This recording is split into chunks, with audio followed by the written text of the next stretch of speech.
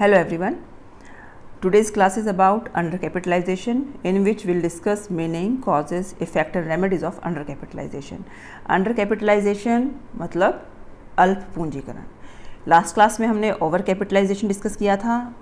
Last class का link मैं description में दे दूंगी, आप वहाँ से चेक कर सकते हैं.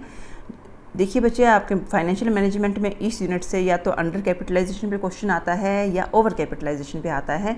दोनों ही इक्वली इंपॉर्टेंट हैं. साथ ही साथ जब हम इस लेक्चर को पढ़ेंगे तो मैं ओवर कैपिटलाइजेशन के साथ इसको रिलेट करूंगी ताकि आपको वो कॉन्सेप्ट भी साथ साथ क्लियर होता जाए. हालांकि मैं ऑलरेडी लेक्चर डाल चुकी हूँ उस पर. तो चलिए शुरू करते हैं. What is under capitalization. सबसे पहले अंडर कैपिटलाइजेशन का मीनिंग हम देखें तो सबसे, जैसे हम over capitalization doesn't mean excess of capital, ऐसे ही अंडर कैपिटलाइजेशन का मतलब बिल्कुल नहीं है इट डजंट मीन शॉर्टेज और इनएडिक्वेसी ऑफ कैपिटल. तो नाम से तो ऐसा ही लग रहा है अल्प पूंजीकरण, बट नहीं. जब ये सिचुएशन जो होती है, ये फाइनेंशियल पोजीशन आपका साउंड है, आपकी मैनेजमेंट बहुत बढ़िया है, तब ये सिचुएशन अराइज होती है. क्यों? क्योंकि देखिए, अंडर कैपिटलाइजेशन वो सिचुएशन है जब एक कंपनी अपने कैपिटल और रिसोर्सेज के साथ में अच्छा रिटर्न कमा रही होती है. अच्छे का मतलब फेयर रेट ऑफ रिटर्न की हमने पिछली क्लास में डिस्कस किया था कि वैसे ही कंपनी कैसा रिटर्न कमा रही हैं, लेकिन आप उस फेयर रिटर्न से ज़्यादा रिटर्न कमा रहे हो उन्हीं नॉर्मल रिसोर्सेज के साथ में, कैपिटल के साथ में. इसका मतलब आप अपने कैपिटल को, अपने रिसोर्सेज को बहुत एफिशिएंटली यूज़ कर पा रहे हो. तो एज अ रिज़ल्ट आपकी कंपनी अच्छा रिटर्न कमा रही है अपनी लगाई हुई पूंजी पर. तो it is under capitalization. Under capitalization company होगी, अंडर कैपिटलाइज्ड है, लेकिन इसका मतलब रिटर्न बढ़िया है लिमिटेड रिसोर्सेज से. तो इस केस में ऐसी कंपनी डिविडेंड हाई डिक्लेयर करती हैं, जो नॉर्मली चल रही होती है रेट उससे ज़्यादा, और मार्केट वैल्यू इस टाइप के शेयर्स की काफ़ी बढ़ती है, इस टाइप की कंपनी के शेयर्स की. तो अभी हम लास्ट में ये भी जानेंगे कि क्या ये अच्छी है चीज़ है, पोजीशन अंडर कैपिटलाइजेशन होना अच्छा है या नहीं. वो हम इस वीडियो के लास्ट में डिस्कस करेंगे थोड़ा सा. तो मीनिंग क्लियर हो गया. मीनिंग में सबसे पहले जब आप आगे भी जब क्वेश्चन को लिखोगे तो मीनिंग में केवल ये नहीं लिखना है कि शॉर्टेज है या इनएडिक्वेसी ऑफ कैपिटल है. नहीं, अंडर कैपिटलाइजेशन का मतलब है जब एक कंपनी अपने लिमिटेड रिसोर्सेज से अच्छा रिटर्न कमा रही होती है, नॉर्मल रिटर्न से ज़्यादा. ठीक है जी. Now come to the causes. एक कंपनी अच्छे रिटर्न कमा रही है, ठीक है, लेकिन लिमिटेड रिसोर्सेज से, या हम ये कहें कम पूंजी के साथ बढ़िया रिटर्न जब कमा रही है, तो इसके रीज़न क्या है. सबसे पहले एक कंपनी अंडर कैपिटलाइज्ड क्यों हुई. उसके पास मीनिंग में हालांकि ये है कि शॉर्टेज ऑफ कैपिटल नहीं है, लेकिन हम जब कॉजेज को देखेंगे, इसके इफेक्ट को देखेंगे, रिटर्न से रिलेट करते हैं हम. कंपनी की जब प्रमोशन होती है तो प्रोमोटर को एस्टिमेट करना होता है कि कितनी कैपिटल रिक्वायर्ड रहेगी. प्रोमोटर ने जब एस्टिमेट लगाया, वो गलत एस्टिमेट लगा लिया, अंडर एस्टिमेट कर लिया अपनी कंपनी की कैपिटल रिक्वायरमेंट को. तो ये एक मेन रीज़न रहता है अंडर कैपिटलाइज होने का. ठीक है, क्योंकि उसी पैसे के साथ फिर अर्निंग तो वो अच्छी कमा रही होगी. सेकंड पार्ट है, आप अर्निंग्स को अंडर एस्टिमेट कर लें. देखिए बच्चे, जब कैपिटल की अमाउंट हमें निकालनी होती है, कैलकुलेट करनी होती है कितनी कैपिटल रिक्वायर्ड रहेगी, तो अर्निंग्स जो एस्टिमेट की जाती हैं और रेट ऑफ रिटर्न जो एस्टिमेट किया जाता है वो बेस बनता है, क्योंकि फॉर्मूला है earning divide by rate of return multiply by 100. तो वो आपकी कैपिटल अमाउंट को कैलकुलेट करने में काम आता है. जब आप अपनी अर्निंग्स को अंडर एस्टिमेट कर लेंगे तो इस केस में क्या होगा, आपकी जो कैपिटल की एस्टिमेशन है वो भी कम होगी. तो ये भी रीज़न है. थर्ड रीज़न है, आपने अपनी रेट ऑफ रिटर्न को ओवर एस्टिमेट कर लिया. यहाँ पर अर्निंग्स को अंडर एस्टिमेट कर लिया तो भी कैपिटल रिक्वायरमेंट आपने कम एस्टिमेट की. आपने अब रेट ऑफ रिटर्न को ओवर एस्टिमेट कर लिया. नॉर्मली एक्चुअल में जो फेयर रेट ऑफ रिटर्न वो अलग है. एक्चुअल में आप कम रहे होगे, लेकिन आपने एस्टिमेट कर लिया हम तो इतना कमा लेंगे, रेट ऑफ रिटर्न ज़्यादा एस्टिमेट कर लिया. तो इस केस में भी आपकी जो कैपिटल रिक्वायरमेंट है, जो एस्टिमेशन है, वो कम रहता है. एक क्वेश्चन से आप इसका एग्जांपल से समझिए ज़रा. फॉर एग्जांपल, एक कंपनी ने एस्टिमेट किया कि 60,000 हमारी अर्निंग होगी, रेट ऑफ रिटर्न फिक्स कर दिया जी 50% रहेगा. तो इस केस में कैपिटलाइजेशन वैल्यू देखिए कैसे निकली, 4 लाख रुपीज़ कैसे आई. 60,000 divide by rate of return, that is 15%, 15 multiply by 100. But actual में जब अर्निंग हुई तो वो रेट ऑफ रिटर्न जो रही वो आपकी 10% रही. इस केस में आपकी कैपिटलाइजेशन होनी चाहिए थी 6 लाख रुपीज़. वो भी कैलकुलेशन आपके सामने है. 60,000 डिवाइड बाय 10 मल्टीप्लाई बाय 100. तो कंपनी यहाँ पर अंडर कैपिटलाइज्ड होगी 2 लाख रुपीज़ से. तो आपको क्लियर हुआ थर्ड पॉइंट कि जब हम रेट ऑफ रिटर्न को ओवर एस्टिमेट कर लें तो भी हम अपनी कैपिटल रिक्वायरमेंट अंडर एस्टिमेट कर पाते हैं. Fourth is promotion of company during deflation. जब रिसेशन है, जब आप कंपनी शुरू कर रहे हो तो आपने जितनी भी एसेट परचेज़ की वो कम प्राइस पर परचेज़ की, ठीक है। आपकी अर्निंग्स जो आपने एस्टिमेट की वो अंडर एस्टिमेट की, सेकंड पार्ट है ना अंडर एस्टिमेशन ऑफ अर्निंग। आपने अपनी अर्निंग्स को अंडर एस्टिमेट किया, आपने जो एसेट्स परचेज़ की हैं वो भी लोअर प्राइस पर की हैं उनकी अर्निंग कैपेसिटी से।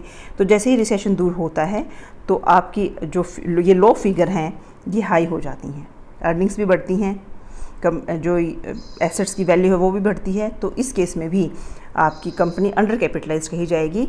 इसका मतलब ये हुआ आपकी कैपिटल कम है लेकिन अर्निंग आपकी ज़्यादा है, कमा रहे हो। नाउ कंजर्वेटिव डिविडेंड पॉलिसी, अब ये भी कि आप कैपिटल रिक्वायरमेंट कम है, आप कैपिटल कम इन्वेस्ट कर रहे हो, अच्छी अर्निंग कमा रहे हो, ये फिफ्थ रीज़न ये रहता है कि आपकी डिविडेंड पॉलिसी ऐसी है कि आप डिविडेंड डिस्ट्रीब्यूट तो करते हो, डिक्लेयर तो करते हो कम, और अपना जो प्रॉफिट है वो बिज़नेस में ही रख लेते हो री इन्वेस्ट करने के लिए, एसेट को रिप्लेस करने के लिए, री इनोवेशन के लिए, एक्सपेंशन के लिए। तो इस केस में क्या होगा, आपकी अर्निंग्स ज़्यादा होती हैं, अर्निंग्स ज़्यादा होंगी, that is the situation of under capitalization. आप जितने भी पॉइंट हैं बच्चे इसको अर्निंग से रिलेट करेंगे, मैं पहले बोल चुकी हूँ। आप लिमिटेड रिसोर्सेज से बढ़िया अर्निंग कर रहे हैं, that is under capitalization. Now six point is high level of efficiency. आप बहुत बढ़िया अपने रिसोर्सेज को यूज़ कर रहे हैं, एफिशिएंटली आप अपने रिसोर्सेज को यूज़ कर पा रहे हैं। तो इस केस में क्या होगा, आपकी अर्निंग पोजीशन जो है कंपनी की इम्प्रूव होगी और इससे it will become under capitalized. Now desire to retain control, ये भी एक रीज़न है। प्रोमोटर चाहते हैं कि हम कम शेयर इशू करें, मैनेजमेंट में हमारा कंट्रोल रहे, तो वो शेयर्स कम इशू करते हैं अपनी मोनोपोली रखने के लिए, that this may lead to under capitalization. Now the last is difficulty in raising capital. कई बार प्रोमोटर को कंपनी तो शुरू करनी है लेकिन उन्हें डिफ़िकल्टी होती है अमाउंट ऑफ कैपिटल रेज करने में, जो भी रिक्वायर्ड अमाउंट उन्हें चाहिए। तो वो even then they start the company, run it mostly with the help of short term loan. तो शॉर्ट टर्म लोन की हेल्प से वो काम चलाते हैं, तो कैपिटल तो कम है बट अर्निंग आपकी फिर भी अच्छी है। This is the situation of under capitalization also. तो ये कुछ रीज़न हैं, 8 रीज़न आपके सामने हैं। कोशिश की है मैंने क्लियर करने की। अंडर कैपिटलाइजेशन जब आप रिसोर्सेज के साथ अच्छा कमा रहे हो, एफिशिएंटली आप अपने रिसोर्सेज को यूज़ कर रहे हो, that is. Now come to the consequences. सबसे पहली चीज़, अंडर कैपिटलाइजेशन का जो इफ़ेक्ट और कॉन्सिक्वेंसेज हैं वो कंपनी पर अच्छे नहीं हैं। कंपनी के लिए तो ईविल इफ़ेक्ट होते हैं, बट शेयर होल्डर के लिए और सोसाइटी के लिए अच्छे इफ़ेक्ट इसके होते हैं। कंपनी के लिए अच्छे क्यों नहीं होते हैं, देखिए सबसे पहले जिस टाइप की कंपनी है, जिस टाइप की इंडस्ट्री है, उसमें बढ़िया अर्निंग हो रही है कंपनी को, तो और भी फर्म्स उसमें एंटर कर जाती हैं, क्योंकि उन्हें लगता है ना कि इस कंपनी में, इस बिज़नेस से, इस टाइप के काम करने से हम अच्छा कमा पा रहे हैं, तो बाकी लोग भी पैसा लगाना शुरू कर देते हैं, काम शुरू कर देते हैं। तो cut throat competition under capitalization में कंपनी को फेस करना होता है। जैसे profit margin, no doubt profit ही है अट्रैक्ट करता है, प्रॉफिट इफेक्ट भी होता है फिर। नाउ अगर आप बढ़िया कमा रहे हो, प्रॉफिट अच्छा कमा रहे हो, तो रेट ऑफ टैक्सेस भी हाई रहेंगे, तो ये भी बर्डन कंपनी पर बढ़ता है। थर्डली, गवर्नमेंट का इंटरफेरेंस बढ़ जाता है कि जो बहुत देखो गवर्नमेंट 2 जगह कंट्रोल करती है, या तो एक लॉस मेकिंग कंपनी है उसको बंद करने की तरफ जा रही होती हैं, गवर्नमेंट को वहाँ भी अपना कंट्रोल करना होता है अगर गवर्नमेंट कंपनी का कुछ है तो। लेकिन जो कंपनी बहुत ज़्यादा प्रॉफिट कमा रही है वहाँ पर गवर्नमेंट की पॉसिबिलिटी है इंटरवेंशन की ज़्यादा, due to large profit. Customer ही बोल देंगे कि इस टाइप की कंपनी कैसे कमा रही है इतना प्रॉफिट, है ना, तो गवर्नमेंट को देखना चाहिए। नाउ इस टाइप के शेयर्स डिविडेंड डिक्लेयर ज़्यादा करते हैं तो मार्केट प्राइस ज़्यादा होता है। मार्केट प्राइस ज़्यादा होगा तो लिमिटेड मार्केटेबिलिटी उस शेयर्स की हो जाती है, मतलब बहुत कम लोग इस टाइप की कंपनी के शेयर्स को परचेज कर पाते हैं, तो ये भी कंपनी को नुकसान होता है इस चीज़ का। Rise in workers demand, workers जो हैं, वर्कर्स चाहते हैं कि हमारी भी सैलरी बढ़े, हमें भी बोनस दिया जाए क्योंकि कंपनी प्रॉफिट कमा रही है अच्छा खासा। तो इस केस में एम्प्लॉयर और एम्प्लॉय के बीच में जो रिलेशंस हैं वो ख़राब होने के चांसेस ज़्यादा हो जाते हैं, क्योंकि वर्कर्स की डिमांड अगर नहीं मानी तो वर्कर्स स्ट्राइक पर चले जाएंगे।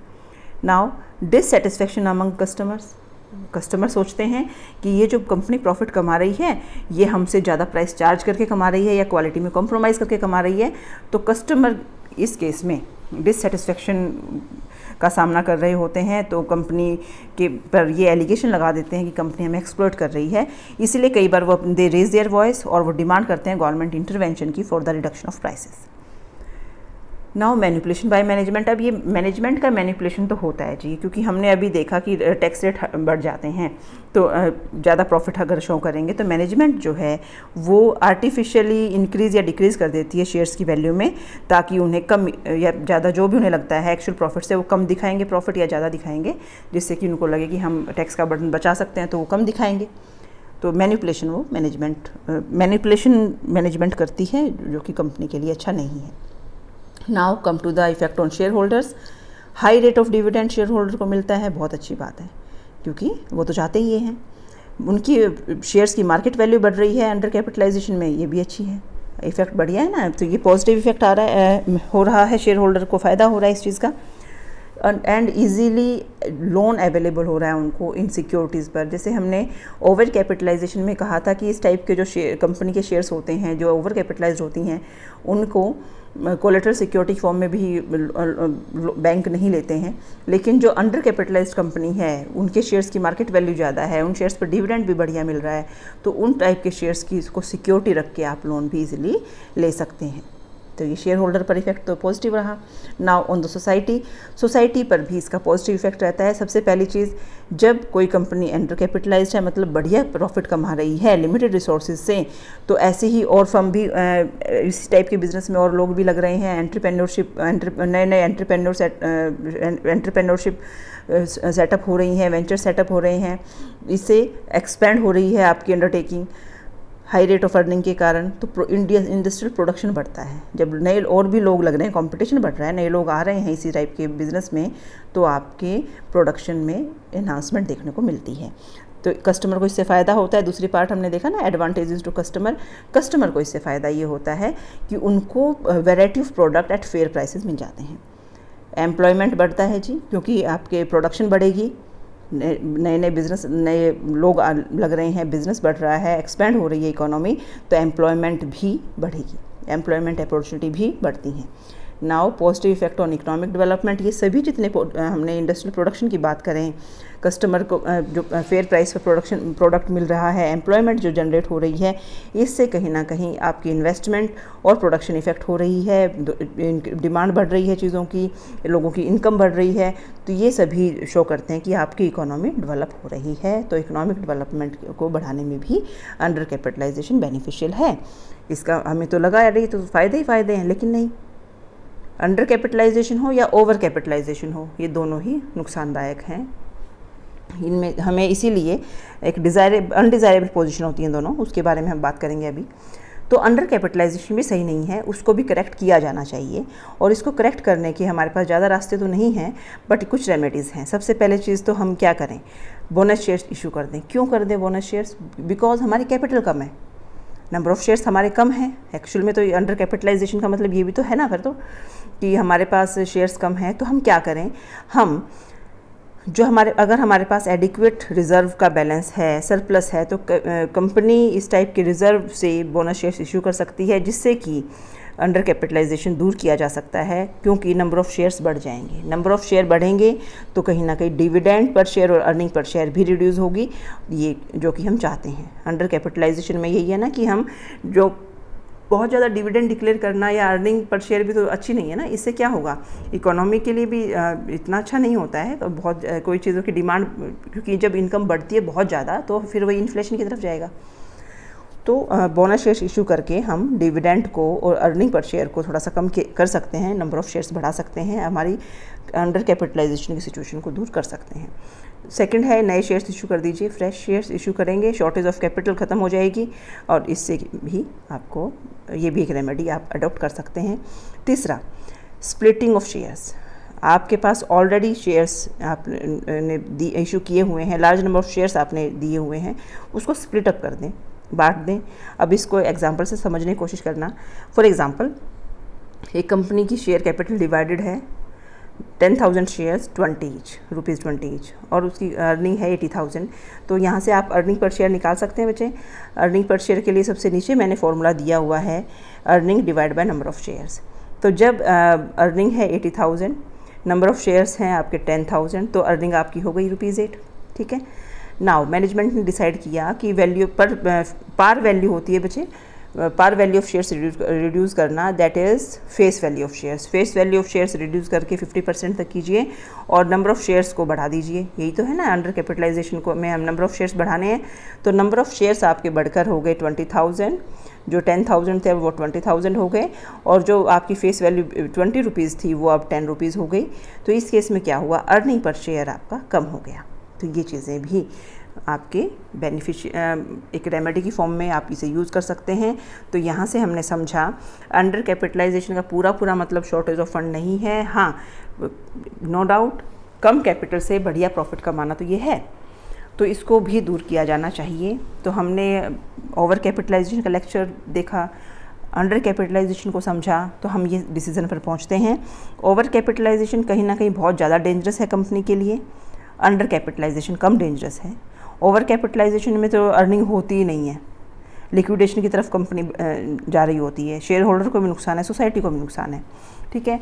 लेकिन ओवर कैपिटलाइजेशन की अगर मैं बात करूं, बट अंडर कैपिटलाइजेशन में क्या है, अंडर कैपिटलाइजेशन में आपकी अर्निंग्स ज़्यादा हैं, आपकी डिविडेंड की रेट ज़्यादा है, मार्केट प्राइस शेयर्स के ज़्यादा हो रही हैं, जिससे कि मार्केटेबिलिटी ऑफ शेयर्स कम हो रही है। तो इसको हम remedy that can be easily remedied by distributing bonus shares, by issuing fresh shares. तो इसका नुकसान कम है, अंडर कैपिटलाइजेशन का नुकसान कम है as compared to over capitalization. तो एक्चुअल में हम कंक्लूसिव ये कह सकते हैं कि हमें एक फेयर रेट ऑफ रिटर्न जो डिसाइडेड होती है उतना ही कंपनियों को कमाना चाहिए, जिससे ना तो वो ओवर कैपिटलाइज्ड हो ना वो अंडर कैपिटलाइज्ड हो। So thank you very much for watching this video. I hope बेटा ये हेल्पफुल रहेगी आपको ये कॉन्सेप्ट को क्लियर करने में। Okay, thank you very much.